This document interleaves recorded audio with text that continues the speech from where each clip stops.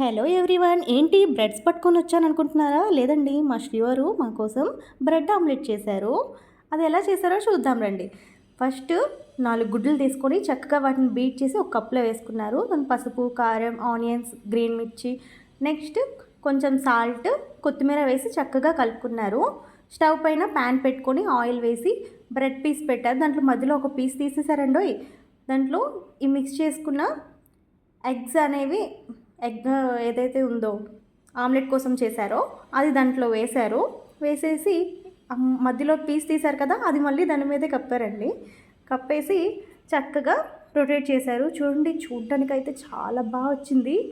Taste గురించి అయితే మాటల్లో చెప్పలేం, చాలా బాగా చేశారు.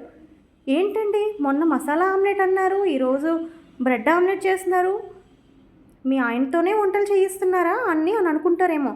లేదు లేదు, తను సండే వస్తే మా కోసం ఏవో ఒకటి స్పెషల్ చేస్తూ ఉంటారు. తనకి మాకు చేసి పెట్టడం అంటే చాలా ఇష్టం. అందుకే ప్రతి సండే ఏదో ఒక స్పెషల్ చేస్తూ ఉంటారు. ఇంకా టేస్ట్ గురించి చెప్పాలంటే మాటలు లేవు, చాలా బాగా వచ్చాయి. నేనేమో బ్రెడ్ ఆమ్లెట్ చేస్తాను అని చెప్పాను. ఎప్పుడు ఒకే విధంగా ఎందుకు చేయాలి? ఇలా చేస్తే ఏమవుతుంది? చేద్దాం, ఒకసారి ట్రై చేద్దాం, ఎలా వస్తుందో చూద్దామని ట్రై చేశారు.